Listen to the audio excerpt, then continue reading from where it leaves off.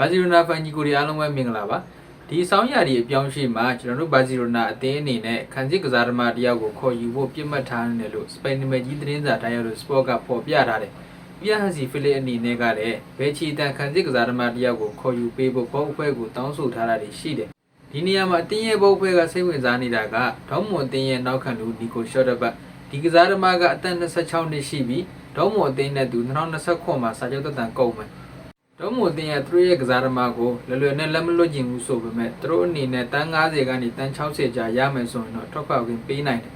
ဒေါမွန်ဝဲကြည့်ဘူးတဲ့ညီကိုတွေဆိုသိတယ်ဗျဒီကစားသမားကအမြင့်ပေါ်ရှင်းထုတ်တဲ့နေရာတွေမှာကောင်းမွန်တယ်ခံစစ်ကနေတိုက်စစ်ကိုတိုက်ရိုက်လောင်းဘောတွေပေးပို့တဲ့နေရာတွေမှာကျွမ်းကျင်တယ်ဒီယာဒီမှာသူ့ရဲ့တဝဲပြန်များလောင်းမိုးပေးပို့နိုင်တဲ့အရေးအတွက်က9ကြိမ်ထိရှိနေပြီးတော့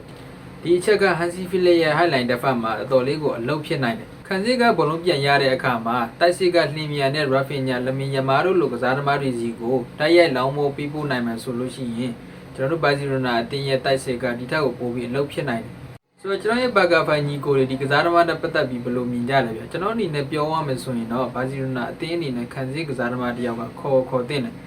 အသင်းမှာအားကိုးရမယ့်ရော်နယ်အာရိုဟိုကလည်းတီးတဲ့အတိုင်းပဲအမားတွေတောက်လျှောက်လုပ်တယ်ခရစ်စတီယန်ဆန်ကလည်းခြေစွမ်းကောင်းတယ်ဆိုပေမဲ့သူ့အနေနဲ့ဒဏ်ရာခဏခဏရနေတာကအသင်းရဲ့ခံစစ်မှာအတော်လေးကိုအားနည်းစေတယ်အခုနောက်ပိုင်းတော့မှဂျရမ်မာတင်ကခြေစွမ်းပြနေလို့ဘာစီလိုနာခံစစ်ကအနည်းငယ်အလုပ်ဖြစ်နေတယ်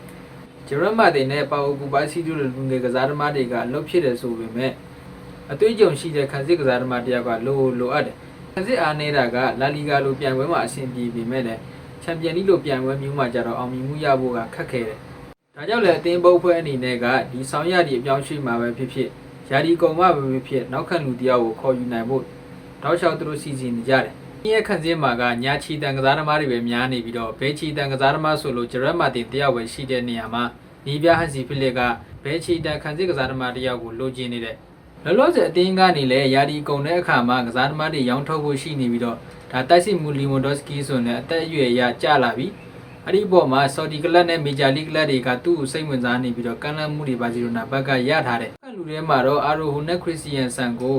ကန်လန်းလာမဲ့ကလပ်တွေကိုလက်ခံစဉ်းစားဖို့ရှိနေပြီးတော့ပရီးမီးယားလိကလပ်တွေကလည်းဒီခံစစ်ကစားသမားတွေကိုစိတ်ဝင်စားနေတယ်လို့သိရတယ်ဆိုတော့ဒီကစားသမားတွေစီကနေရတဲ့ပြောင်းရွှေ့ကြီးတွေကနေနောက်ရဒီမှာတော့အသင်းအတွက်လိုအပ်တဲ့နေရာတွေအတွက်ကစားသမားတွေထပ်ဖြည့်ဖို့ရှိတယ်ဘောဖေးကနောက်ခံလူတွေကိုပြစ်မှတ်ထားတဲ့နေရာမှာဟန်စီဖီလစ်ရဲ့နီးစနစ်တွေနဲ့အဝင်ခွင့်ကြဖြစ်ဖို့ဦးစားပေးထားပြီးတော့နိုင်တဖန်ရဲ့တောင်းဆိုမှုတွေဖြစ်တဲ့ခံစစ်ကစားသမားကလျင်မြန်ရမယ်ဘောလုံးကိုပိုင်နိုင်ကင်နာနိုင်မယ်ဆိုတဲ့လိုအပ်ချက်တွေရှိတာကြောင့်လဲ